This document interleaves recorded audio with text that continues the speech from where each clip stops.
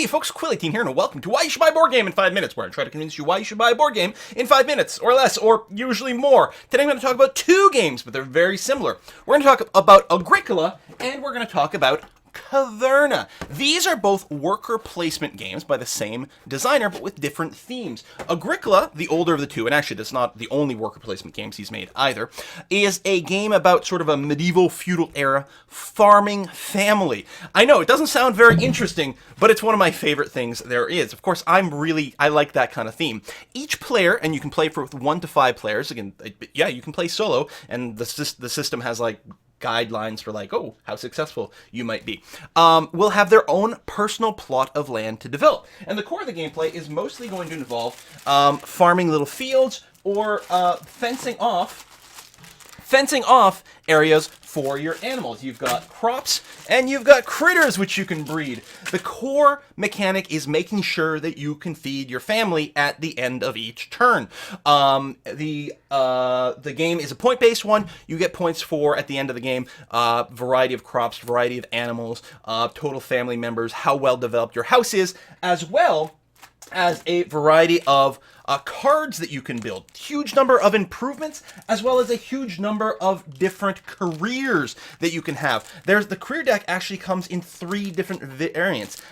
Easy, interactive, and complex over here.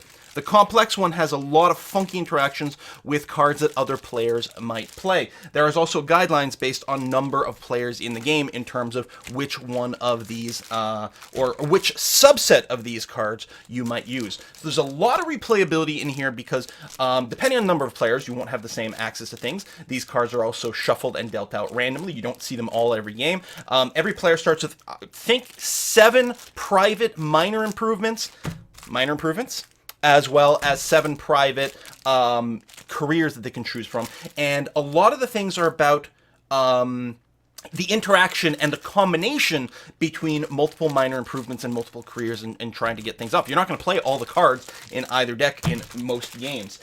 So it's a great game about building up your sort of farm and trying to maximize how many points and trying to develop these engines. Like maybe you have a good setup where you can get a lot of wheat fields and you got yourself a really good oven to bake bread, so you're going to make lots and lots of bread, and maybe you've got that combo to some sort of career that lets you sell bread for extra like resources that you can build up your farm. Or maybe you're going to go quite a bit heavier into just something like just getting clay and wood and then selling at the market and using that to get food to feed your family, for example. Lots of different ways that you can sort of approach and build up and get different themes, and lots of different ways that you can score points, especially with those careers and things like that. Now, Caverna, similar sort of core mechanic. Caverna can be played with up to 7 players, though, which is nice to see. 1 to 7 players. And the theme in this one is you're dwarves! And your board is actually split between outsideness, where there's some trees that you can chop down to, again, put down fields and grow and raise animals. But also you've got your cavern side, and you can mine this out and get iron mines and ruby mines. There's also a big mechanic for sending your dwarves out on adventures. You can smith them some weapons, create them some weapons, and you send them out on adventures where they get a huge variety of resources and level up every time they do it. And around the table, you'll tend to see players split between players who are really adventure heavy, players who are really farming heavy, and people who might try to do a little bit of a hybrid of both. Both of these worker placement games, the worker placement aspect of it happens because there's this shared board, and the board determines your actions. Like, for example, if you want to chop down trees, you have to take one of your worker tokens, one of your worker discs, and put it on the chop trees tile, and that lets you clear an area and leave a field behind. But then someone else can't use that same action because you're there, you've used it. So instead they're going to have to maybe smith a weapon or go to market or go to the fishing pool to get food. Food is still one of the important parts of this game, just like in Agricola. If ever you can't feed your people, you get huge amounts of negative points and you probably won't win.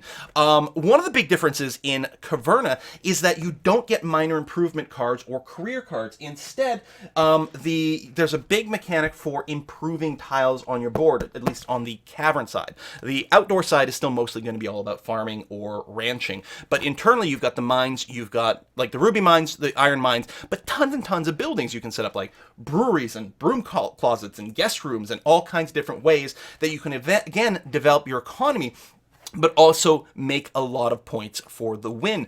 And you're going to try to combo that in a few different ways. Like there's some that give you bonus points if none of your dwarves have weapons equipped, for example. So you might go and tune that up. And those rooms, those improvements, those furnishings that you can put in your rooms over here, there are limited numbers of them. In fact, many of them are unique. So the challenge will be to buy those up. So it's a little bit more interactive because in Agricola, mostly the only interaction you have with other players is in terms of, oh, you took the spot where I want to put my worker this turn, so maybe I'll have to get it next turn.